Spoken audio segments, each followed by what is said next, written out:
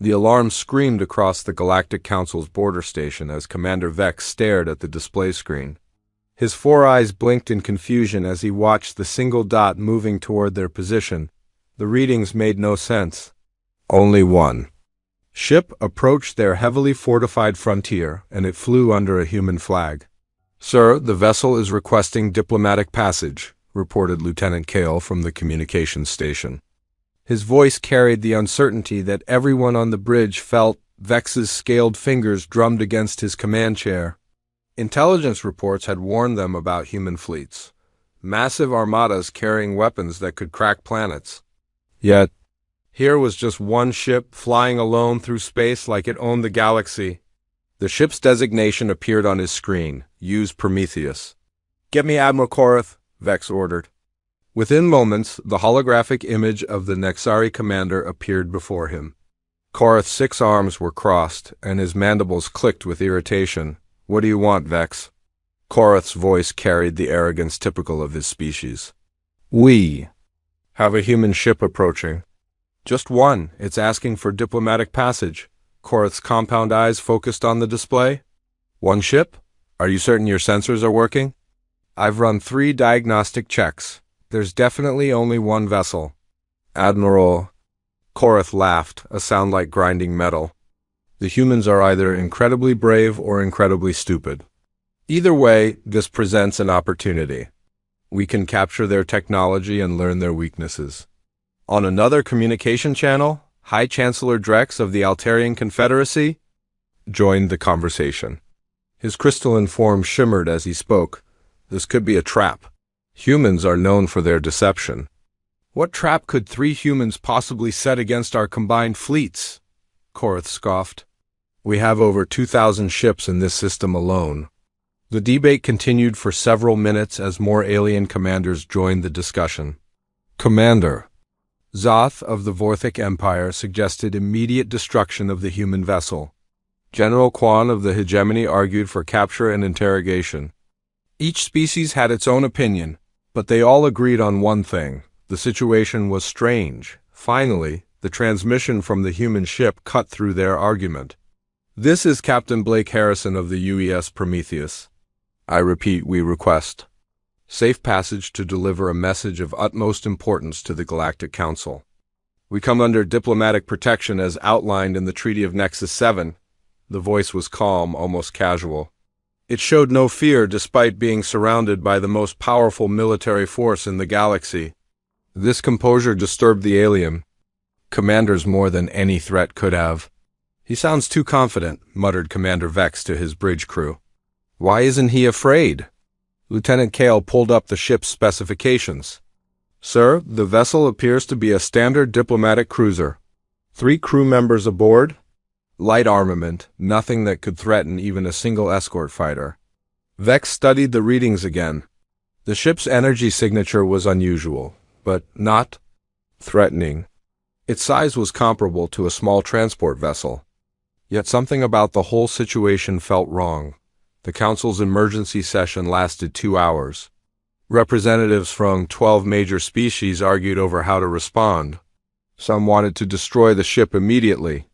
Others saw potential value in whatever message the humans carried.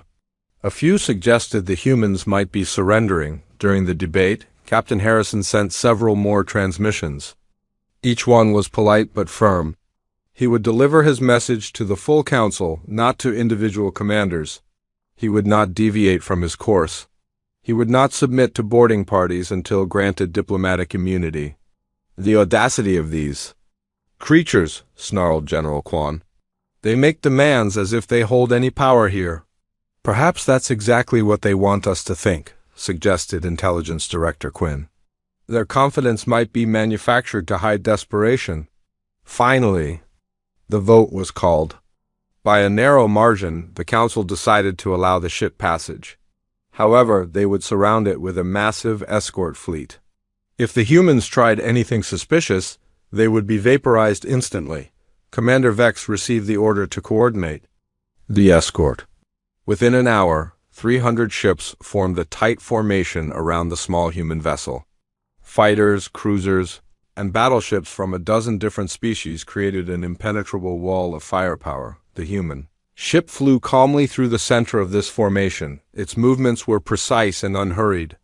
Captain Harrison acknowledged the escort with a simple "thank you for your hospitality" transmission that somehow made every alien commander feel uneasy. As they approached the main council station, more ships joined the escort. The formation grew to over 500 vessels, representing the combined might of the galaxy's most advanced civilizations. The single human ship seemed absurdly small in comparison. "Sir," reported Lieutenant Kale, "the human vessel is transmitting again." "Put it through." Captain Harrison's voice filled the bridge once more. "Commander Vex, I want to thank you personally for ensuring our safe passage. Your professionalism is noted and appreciated." Vex felt a chill run down his spine. How did the human know his name? More importantly, why did he sound like he was making a list? The massive council station came into view. It was a technological marvel, large enough to house millions of beings and armed with weapons that could destroy entire fleets. Countless ships docked at its ports every day, bringing representatives from across the galaxy, the human ship requested. Docking Bay 94, a standard diplomatic berth. As it settled into the docking clamps, sensors confirmed what the escort had already reported. 3 humans aboard, minimal weapons, no obvious threat.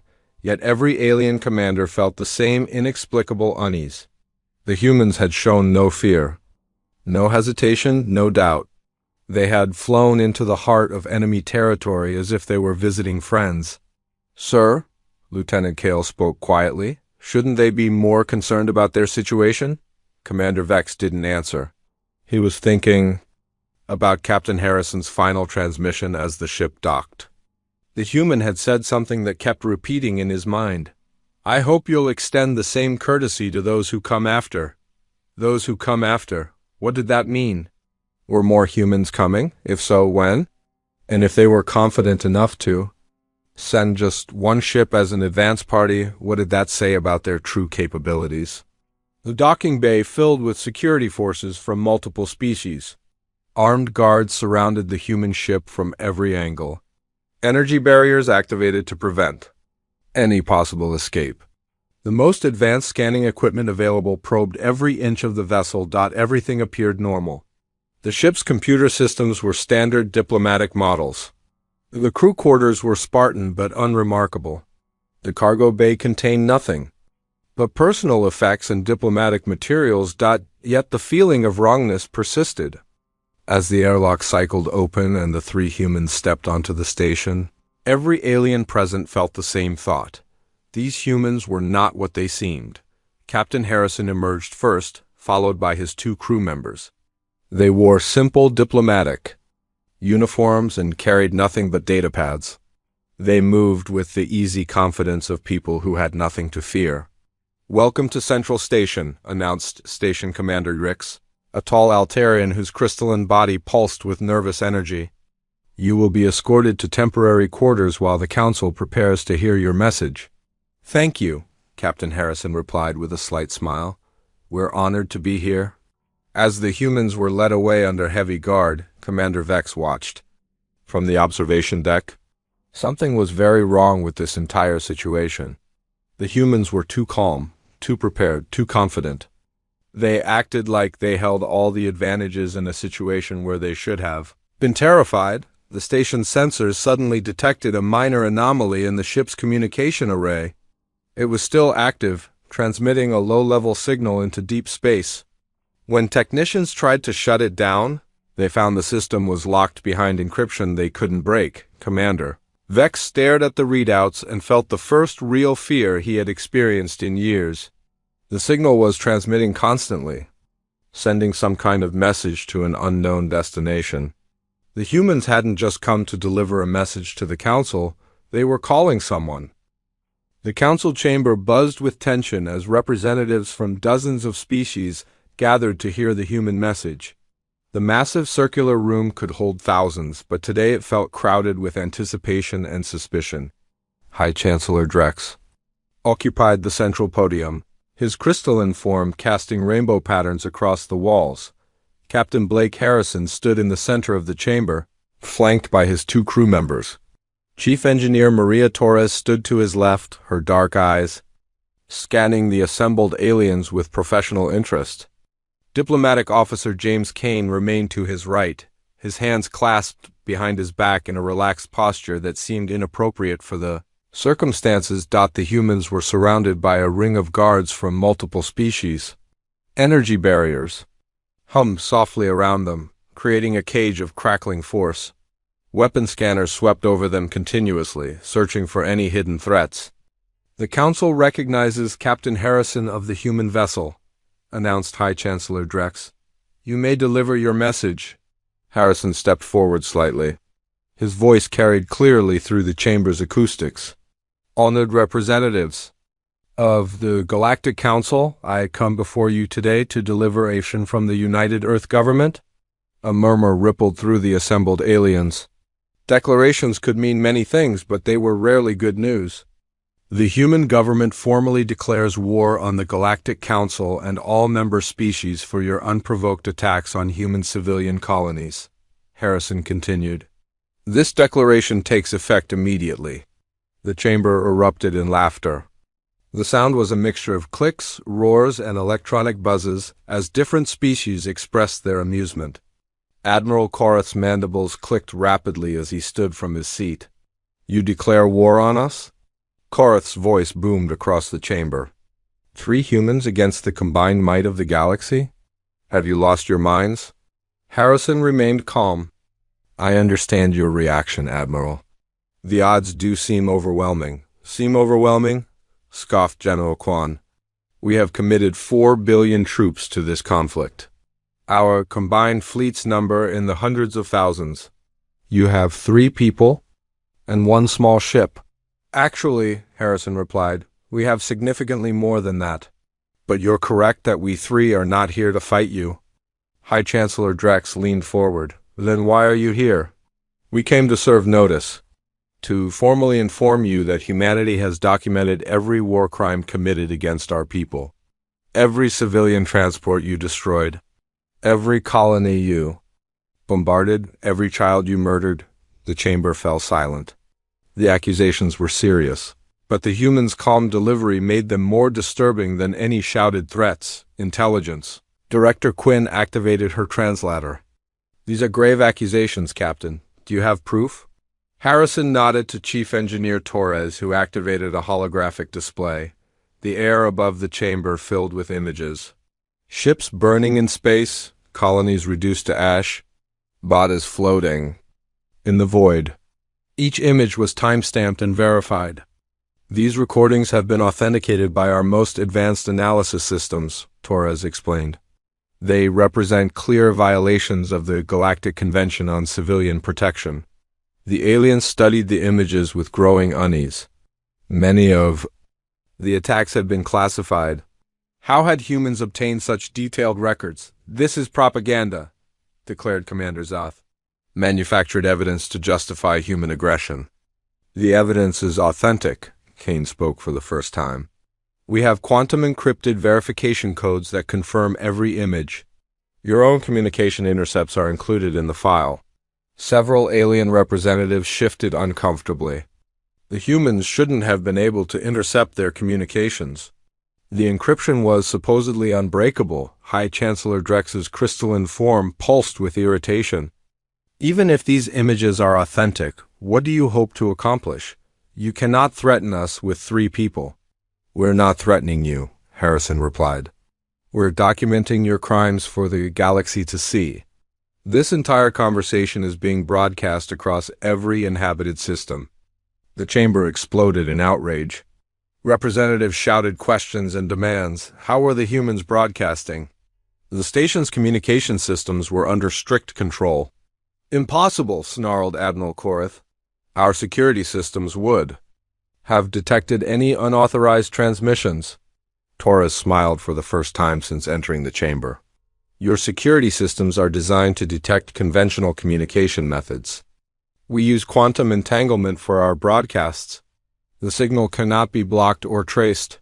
Commander Vex, watching from the observation gallery, felt his blood turn cold. The humans had been broadcasting since they arrived. Every species in the galaxy was watching this confrontation. "You're bluffing," declared General Quan. "Even if you could broadcast, what message could you possibly send? That 3 humans declared war on the galaxy? Who would take that seriously?" "The message isn't about our declaration," Harrison explained. "It's about your response. Every species watching this broadcast will see how you react to evidence of your war crimes. They'll judge whether you deserve to lead the galaxy." Intelligence Director Quinn accessed her data files. "Our analysis indicates that most species would support our actions against human aggression. Your people attacked our trade routes first." "Did we?" Kane asked quietly. "Or did we respond to your attacks on our merchant vessels?" The broadcast includes the complete timeline of events. Viewers can judge for themselves who started this conflict. The political implications were staggering. If the humans could prove the Council had initiated hostilities, it would shift public opinion across the galaxy. Many species were already uncomfortable with the Council's aggressive expansion policies. High Chancellor Drex attempted to regain control. "Regardless of who started this conflict, you cannot hope to win it. Surrender now, and we will consider clemency." Harrison's expression didn't change. "We didn't come here to surrender, Chancellor. We came here to deliver a message. That message has been sent." "Then you have achieved nothing," Korath declared. "A broadcast cannot defeat our fleets." "The broadcast wasn't meant to defeat your fleets," Harrison replied. "It was meant to serve as a beacon." The word hung in the air like a physical presence. Several alien representatives looked confused, but the military commanders understood. Immediately. A beacon was a navigation aid, a signal that helped ships find their destination. "What are you saying?" demanded Commander Zoth. "I'm saying that our broadcast has served 2 purposes," Harrison explained. "First, it documented your crimes for the galaxy to see. Second, it provided targeting coordinates for incoming human forces." The chamber sensor system suddenly activated. Alert signals began flashing as the station's long-range scanners detected something impossible. A massive gravitational distortion was approaching the system at tremendous speed. "Sir," reported a technician to High Chancellor Drex, "we're detecting an anomaly at the system's edge. It's moving at 97% of light speed." The main display screen activated, showing the sensor readings. The object was enormous, larger than any ship in the alien databases. Its gravitational signature was unlike anything they had ever seen. "What is that thing?" whispered General Quan. Harrison looked up at the display with satisfaction. "That, General, is why we only needed to send 1 ship. The UES Prometheus isn't just a diplomatic vessel. It's a targeting beacon. And what you're seeing on your sensors is the first response to our call." The gravitational anomaly continued to approach. As it grew closer, the sensors provided more detail. The object was artificial, clearly constructed, but its size defied comprehension. It was larger than most space stations, yet it moved with the grace of a fighter craft. "Impossible," breathed Admiral Korath. "Nothing that large could move at such speeds." "You're about to discover that humans define impossible differently than you do," Harrison replied. The alien fleet stationed around the system began moving to intercept the approaching object. Thousands of ships formed defensive formations, preparing to engage whatever was coming. Their weapons charged, their shields activated, their crews prepared for battle, but as the object drew closer, the sensors revealed something that made every alien commander's blood run cold. The massive construct wasn't alone. Smaller objects surrounded it, flickering in and out of normal space like ghosts. They appeared on sensors for brief moments before vanishing again. "How many ships are there?" demanded High Chancellor Drex. "We're having trouble getting an accurate count," reported the sensor technician. "They keep phasing in and out of our detection range." Harrison watched the confusion spreading through the chamber with quiet satisfaction. "You wanted to know why only 1 human ship arrived at your border. Now you understand. We only needed 1 ship to paint the target." The approaching fleet resolved into clearer images. The central construct was indeed massive, but it was unlike any ship the aliens had ever seen. It had no obvious weapons, no apparent propulsion system, no recognizable design features. It simply existed in space, moving with impossible grace. "What kind of technology is that?" asked Intelligence Director Quinn. "The kind that humans develop when you give us sufficient motivation," Harrison replied. "You thought you were fighting a primitive species? You were wrong." The first alien ships reached intercept range. They opened fire with every weapon they possessed, filling space with energy beams and projectiles. The attack struck the human construct and simply vanished, absorbed by some unknown defensive system. Then the construct responded. What happened next would haunt the surviving aliens for the rest of their lives. The human vessel didn't fire weapons in any conventional sense. Instead, space itself seemed to bend around it, creating distortions that reached out toward the attacking ships. When the distortions touched the alien vessels, they simply ceased to exist. Not destroyed, not vaporized, but gone as if they had never been there at all. Harrison looked around the silent chamber. "Ladies and gentlemen, welcome to the future of warfare. You're about to learn why humanity only needed to send one ship to end this conflict." ******, the alien fleet commanders watched in growing horror as their long-range sensors struggled to identify the approaching construct. The massive object defied every principle of physics they understood. Something that large should not be able to move at such incredible speeds, yet there it was, racing toward them like a missile. "Analysis complete," reported the sensor technician to High Chancellor Drex. "The object measures approximately 400 kilometers in diameter. Its mass readings are inconsistent with any known materials." Admiral Korath studied the readouts. With his compound eyes, 400 kilometers? That's larger than most moons. How is it maintaining structural integrity at that velocity? In the detention area, Captain Harrison and his crew sat calmly in their cells. They had been moved there immediately after the construct appeared on sensors. The aliens hoped that isolation might make them more willing to reveal information about the approaching threat. Intelligence. Director Quinn entered the detention block with a team of interrogation specialists. Her species was known for their ability to extract information from even the most resistant subjects. She approached Harrison's cell with confidence. "Captain, we need to discuss what's approaching our system," she began. Harrison looked up from the datapad he was reading. "What would you like to know?" "Let's start with the obvious question. What is that thing?" "We call it the World Breaker," Harrison replied without hesitation. "It's a weapon platform designed specifically for engagements like this one."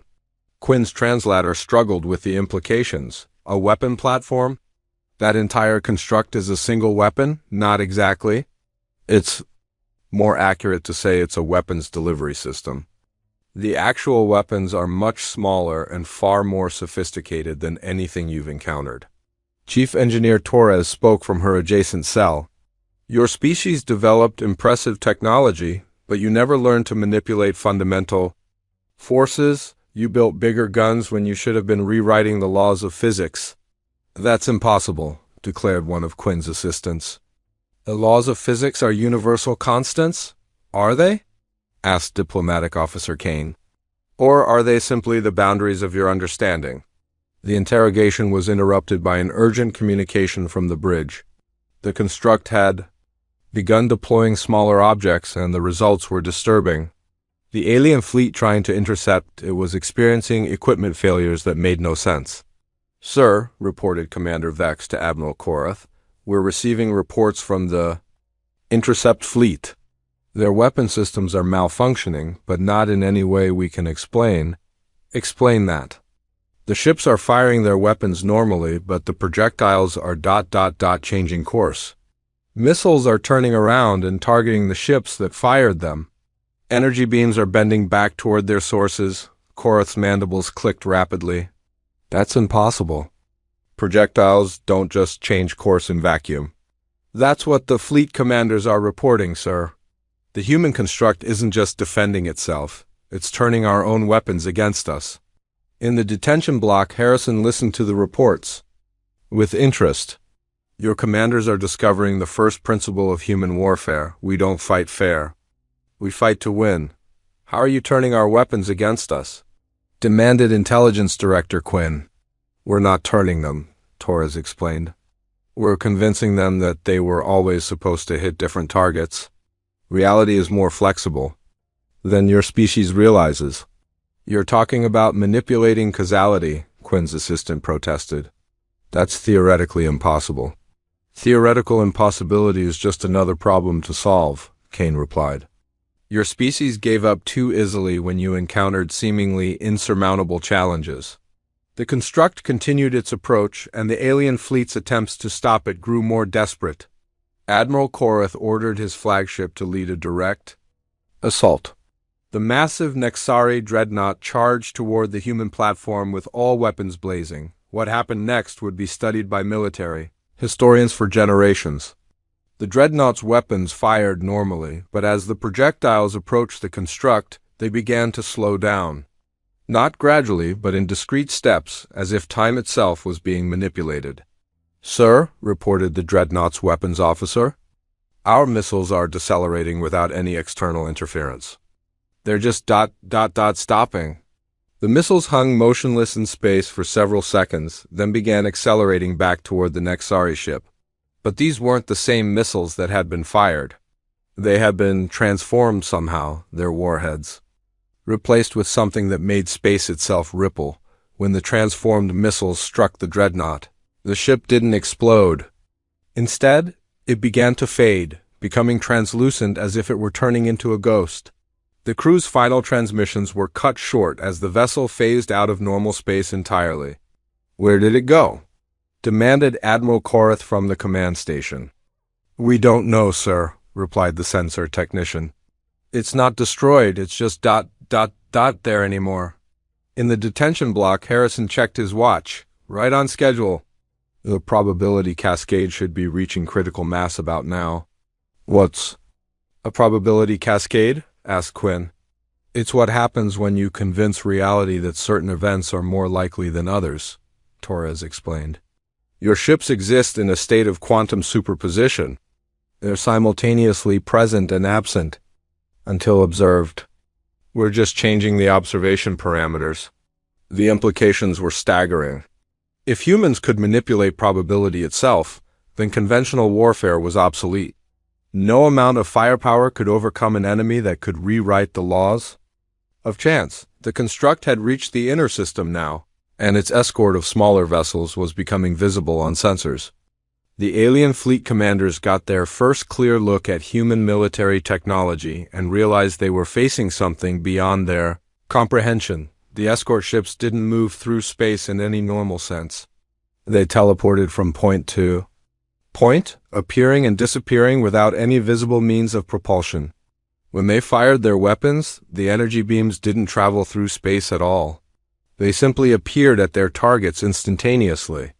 Sir, reported Commander Vex, the escort vessels are engaging our perimeter defenses.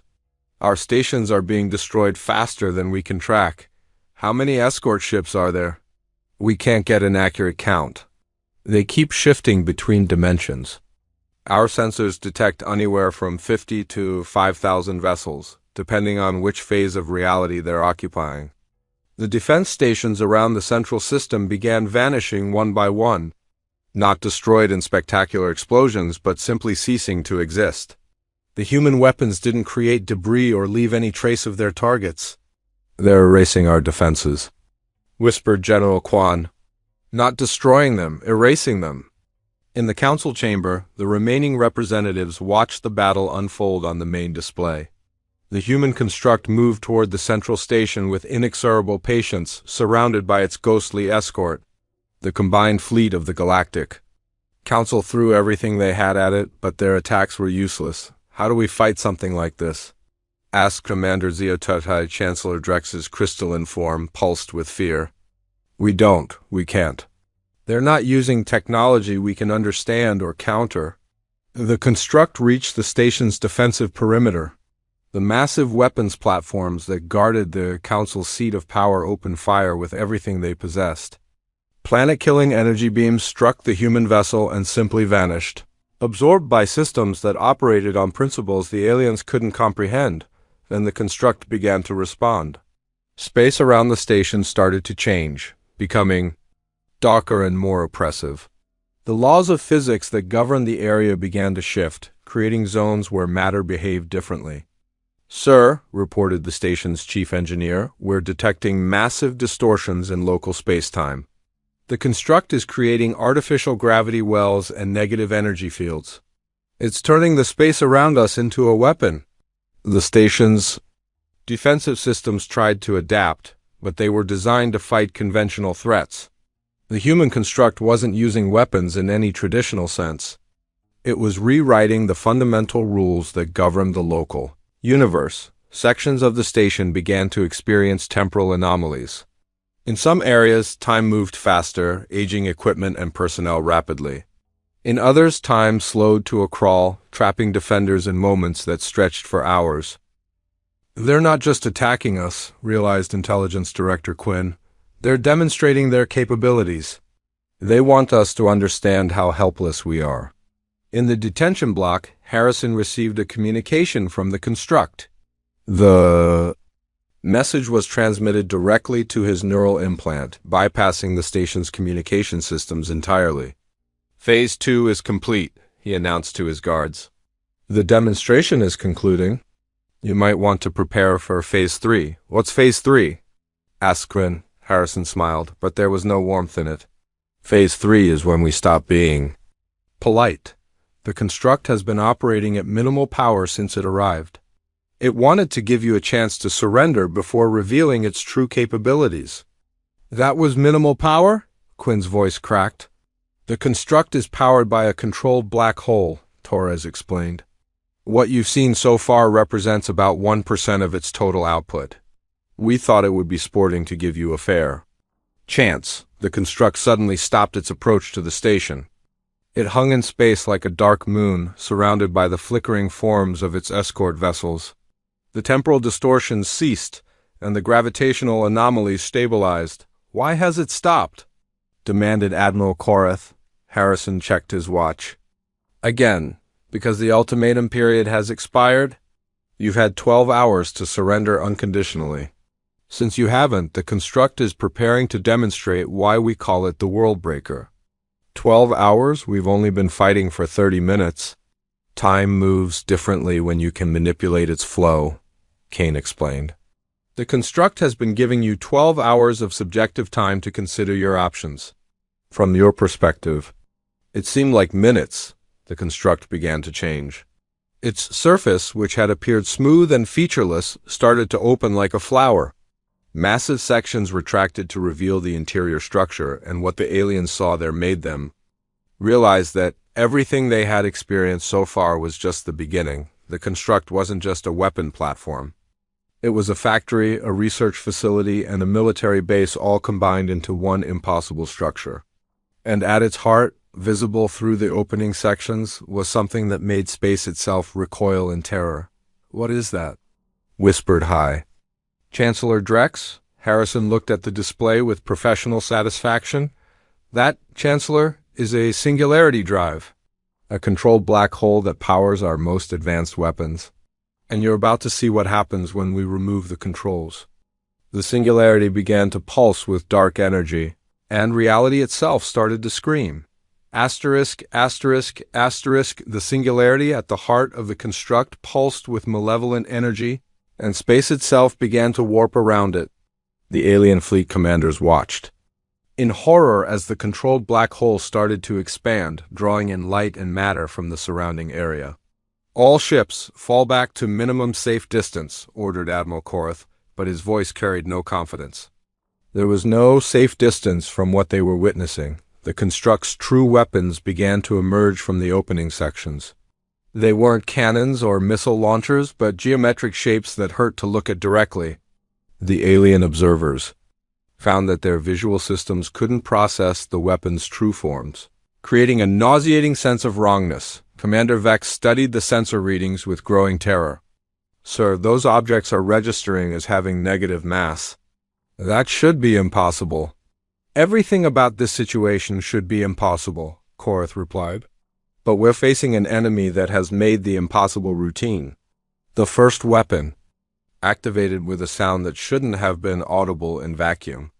It was a deep, resonant tone that seemed to come from the fabric of space itself. The alien crews felt the sound in their bones, in their minds. In their very souls, the weapon's target was a Vorthik battle cruiser positioned at the edge of the system. The crew of 800 experienced warriors had volunteered to test the human construct's capabilities.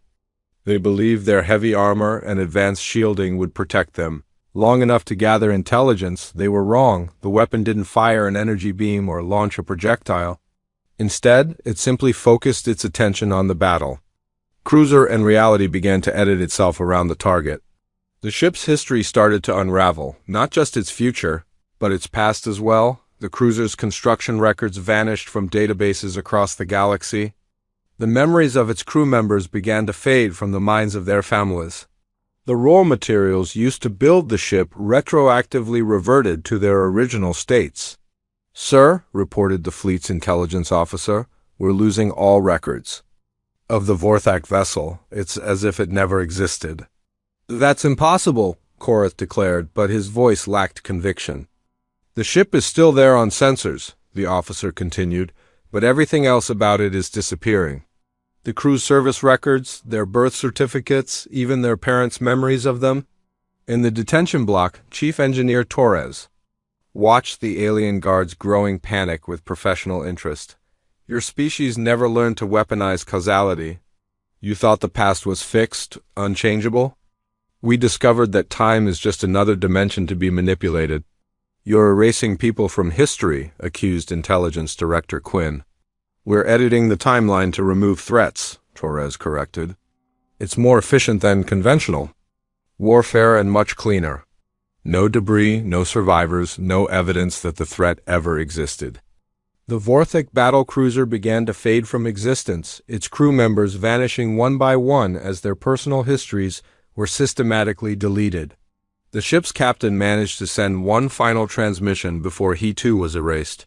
"They're not just killing us," he reported.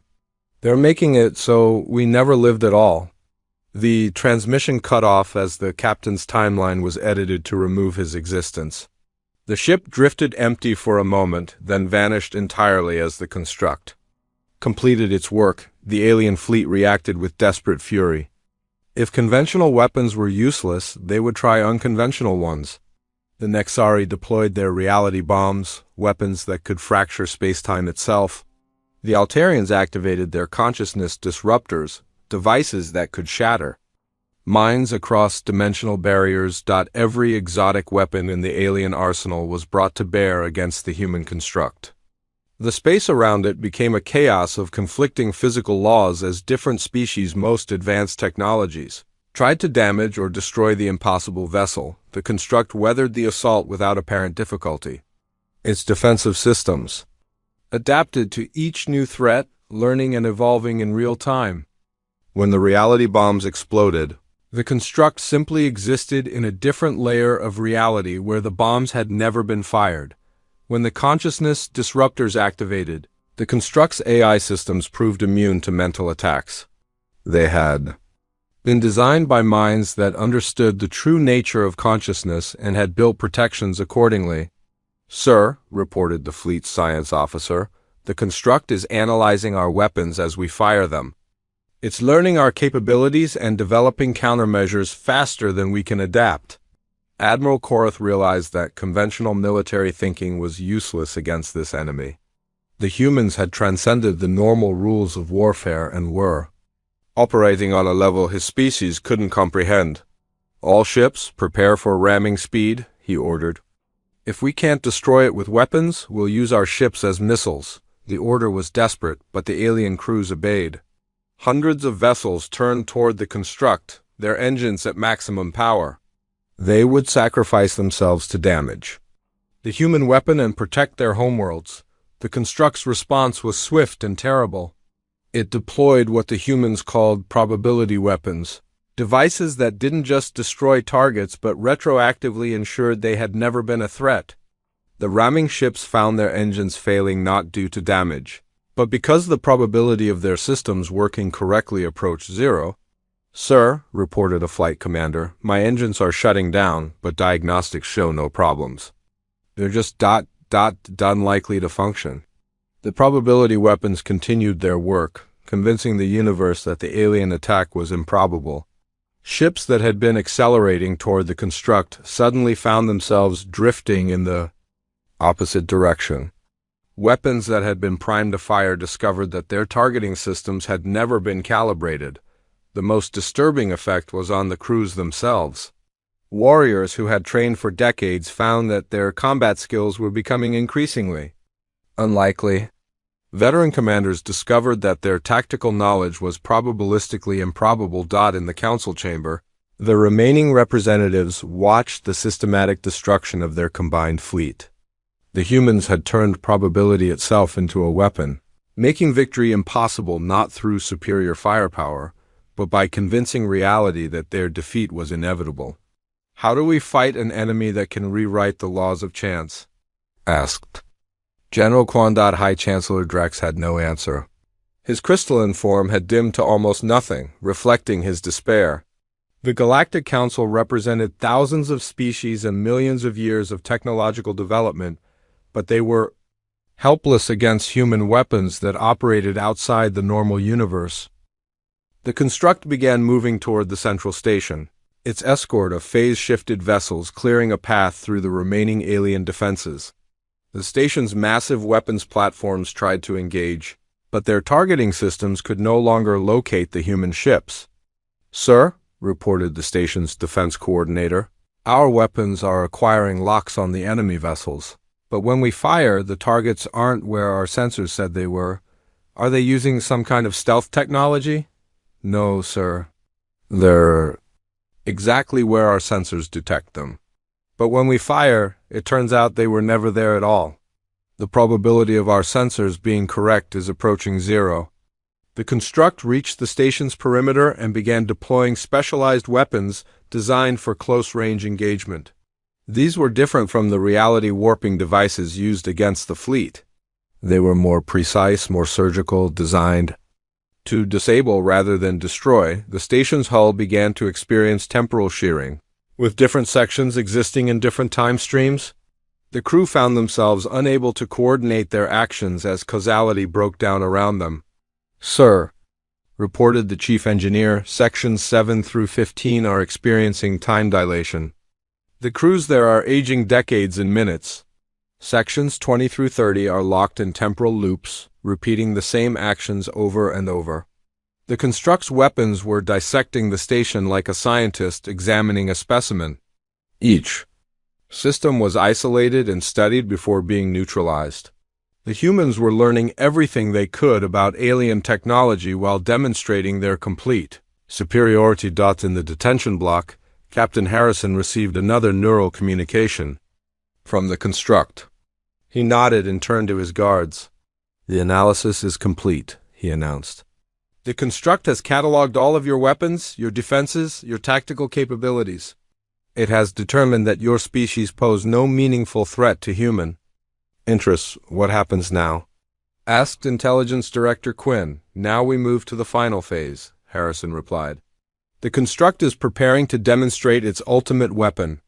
I suggest you might want to contact your families and tell them you love them. Are you going to kill us?" Harrison considered the question carefully.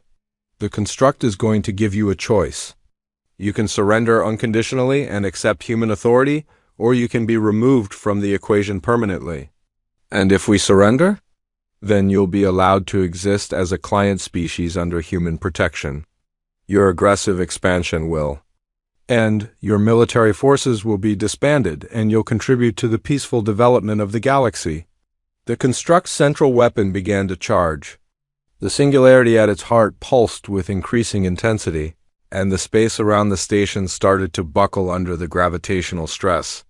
"Sir," reported the station's science officer, "we're detecting massive gravitational distortions. The construct is creating a localized black hole that's growing exponentially." Admiral Karth realized that the humans weren't just threatening to destroy the station. They were threatening to turn the entire system into a black hole, erasing everything within dozens of light years. They're going to destroy the entire system, he whispered.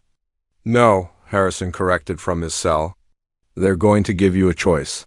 Surrender now, and the weapon will be deactivated. Continue fighting and discover what happens when a controlled singularity loses its controls. The black hole continued to grow, its event horizon expanding toward the station. The alien crews could feel the gravitational pull beginning to affect their systems. Sir, reported the communications officer, we're receiving surrender signals from ships throughout the system. The fleet commanders are requesting permission to stand down. Admiral Korath looked at the approaching event horizon and made his decision. Signal all ships to cease fire and prepare for surrender negotiations. But Captain Harrison was shaking his head. I'm afraid it's too late for that, Admiral. The construct has detected weapons charging on 17 vessels. Your surrender offer is not being accepted. The black hole reached critical mass, and hell truly began. Asterisk, asterisk, asterisk, asterisk, asterisk. The black hole reached critical mass and began to consume everything within its expanding event horizon. The alien crews watched in absolute terror as their reality was systematically devoured by the growing singularity. Ships, stations, and even light itself vanished into the impossible darkness, but then something even more disturbing happened. The black hole began to reverse its expansion, not by natural physics but by human will. The construct was demonstrating that even the most fundamental forces of nature could be controlled and manipulated. Sir, whispered the station science officer, the singularity is contracting. That's impossible according to every law of physics we understand. High Chancellor Drex's crystalline form flickered with terror. They're not just controlling matter and energy. They're controlling the basic structure of reality itself. In the detention block, Captain Harrison received a final neural communication from the construct. He stood and faced his captors with the calm expression of a man who held absolute power. The demonstration is complete, he announced. The construct has proven that human civilization now operates on a level your species cannot comprehend or challenge. You have one final opportunity to surrender unconditionally. Intelligence Director. Quinn's voice cracked with desperation. What do you want from us? Complete submission to human authority, the disbanding of all military forces, the cessation of aggressive expansion, and most importantly, the acknowledgement that your species' time as galactic powers has ended. Admiral. Korath activated his communication system from the command center. Captain Harrison, we are prepared to discuss terms of surrender. There are no terms to discuss, Harrison replied. You will surrender unconditionally or you will be removed from existence. The choice is binary. The alien commanders looked at each other with growing desperation. They had ruled the galaxy for millennia, conquered countless worlds, and destroyed entire civilizations. Now they were being offered the choice between slavery and extinction. We need guarantees, demanded General Kwan. Protection for our civilian populations. Preservation of our cultures, some form of autonomy? Chief Engineer Torres spoke from her cell. You're not in a position to make demands. Your fleets are destroyed, your stations are defenseless, and your homeworlds are already being targeted. By similar constructs? Other constructs? Quinn's voice was barely a whisper. Did you think we built only one? Asked Diplomatic Officer Kane. While you are focused on this system, identical weapons have been deployed to every major alien stronghold. Your entire civilization is currently at our mercy. The implications were staggering. If the humans had deployed multiple constructs simultaneously, then every major alien military installation was under threat. The war wasn't just over in this system. It was over throughout the galaxy. Sir, reported the communications officer to Admiral Korath, we're receiving distress signals from Fleet Command. Similar constructs have appeared at Nexus Prime, Altarian Central, and the Vorthak homeworld. All military installations are reporting identical situations. The scope of human planning became clear. This hadn't been a desperate last stand by a dying species. It had been a carefully orchestrated operation designed to end the war in a single decisive blow. "How long have you been planning this?" asked High Chancellor Drex. "Since the first human colony was destroyed," Harrison replied. "Every atrocity you committed strengthened our resolve. Every civilian you murdered motivated our scientists. Every war crime you celebrated pushed us to transcend the limitations of conventional warfare." The construct began to approach the station. Again, its weapons still active but no longer targeting the alien defenders. Instead, they were systematically scanning every system, every database, every piece of technology the station contained. "Sir," reported the chief engineer, "the construct is downloading our entire technical database. It's copying everything we know about physics, engineering, and military technology." "Are they planning to steal our secrets?" Torres laughed from her cell. "We're not stealing your secrets. We're cataloging them for historical purposes. Your technology is centuries behind ours, but it might be useful for understanding how primitive civilizations develop." The casual dismissal of their technological achievements was perhaps more insulting than any direct threat. The aliens had spent millennia developing their weapons and defenses, only to discover that humans considered them primitive curiosities. "Sir," reported the sensor technician, "we're detecting massive energy signatures throughout the galaxy. The other constructs are all synchronized with this one. They're preparing for simultaneous action." Admiral Korath realized that the humans weren't just threatening this system. They were threatening the entire galactic civilization simultaneously. Every species, every world, every installation was facing the same impossible choice. "If we surrender?" he asked. "What happens to our people?" "Your people will be protected," Harrison replied. "Human civilization doesn't practice genocide. We prefer to assimilate useful populations and redirect aggressive ones toward productive purposes." "And if we refuse?" "Then you'll discover what happens when entropy itself becomes a weapon." The construct's weapons began to change again. The geometric shapes that had hurt to look at directly were replaced by something even more disturbing. They were simple spheres, perfectly smooth, that seemed to absorb light and heat from the surrounding area. "Sir," reported the science officer, "those objects are creating localized zones of maximum entropy. They're accelerating the heat death of the universe in small regions." The spheres began to move toward the station, leaving trails of absolute nothingness behind them. Where they passed, atoms lost their cohesion, energy dissipated into random motion, and the fundamental forces that held matter together simply ceased to function. "They're not just threatening to destroy us," whispered Commander Vex. "They're threatening to unmake us from the quantum level up." The alien leadership finally understood the true scope of human capabilities. They weren't facing an enemy that could simply destroy them. They were facing an enemy that could edit their existence out of the universe itself. "Sir," reported the communications officer, "we're receiving surrender signals from all major alien governments. The Nexari Empire, the Altarian Confederacy, the Vorthic Hegemony, and 37 other species are all requesting immediate ceasefire." But Harrison was shaking his head. "The time for surrender has passed. The construct has detected continued weapons charging on multiple vessels. The human government has interpreted this as a rejection of our terms. We can order them to stand down," pleaded Admiral Korath. "Orders are irrelevant now," Kane replied. "The construct operates on automated protocols. Once it determines that a species poses a threat to human interests, it initiates termination procedures." The entropy spheres reached the station's hull and began their work. The metal didn't rust or decay in any normal sense. Instead, it simply forgot how to be metal. The atomic bonds that held the structure together dissolved as the fundamental forces stopped caring about their former relationships.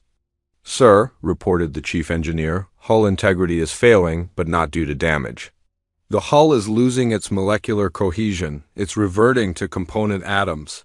The station began to come apart, not in explosions or structural failures, but in a gradual dissolution as matter lost its will to maintain complex arrangements.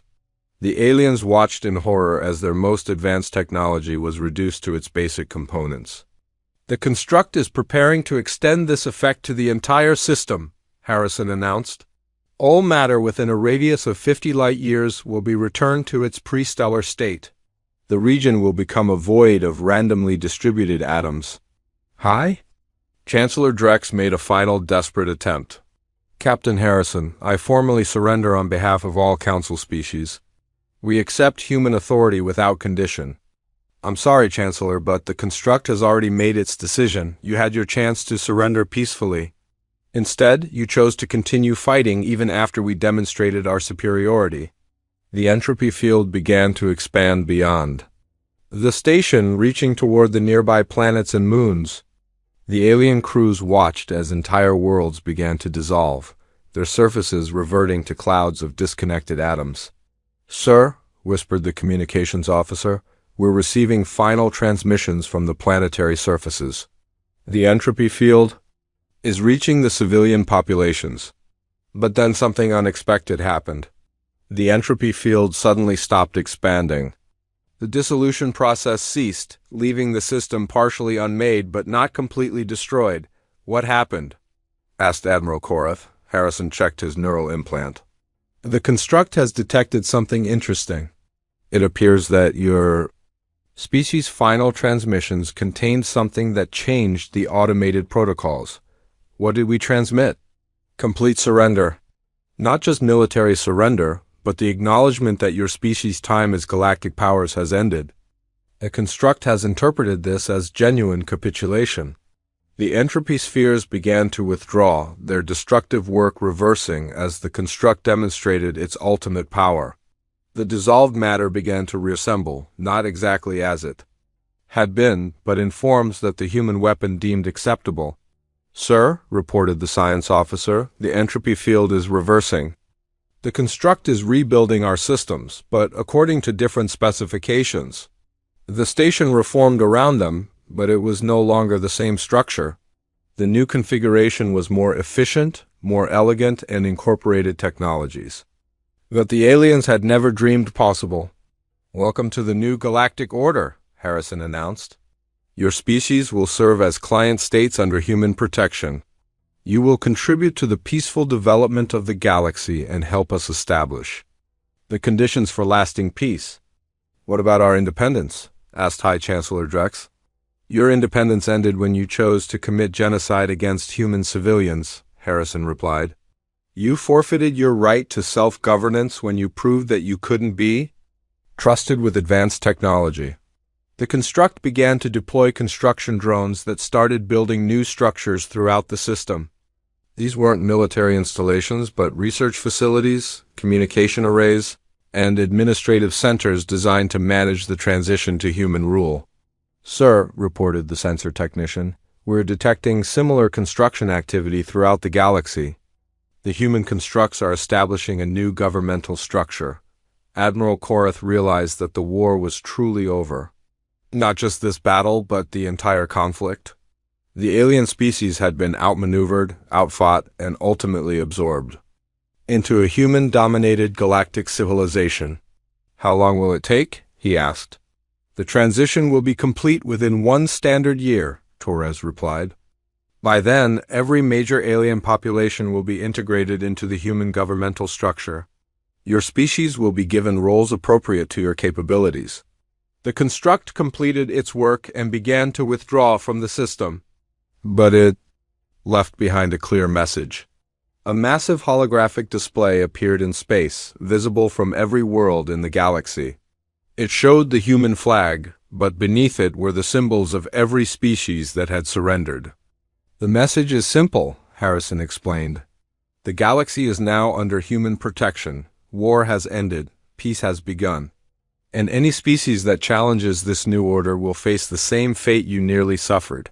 The construct disappeared into hyperspace, heading toward its next assignment. Throughout the galaxy, similar scenes were playing out as the remaining alien governments completed their surrenders. The age of human dominance had begun, and it had taken exactly 1 ship to make it happen.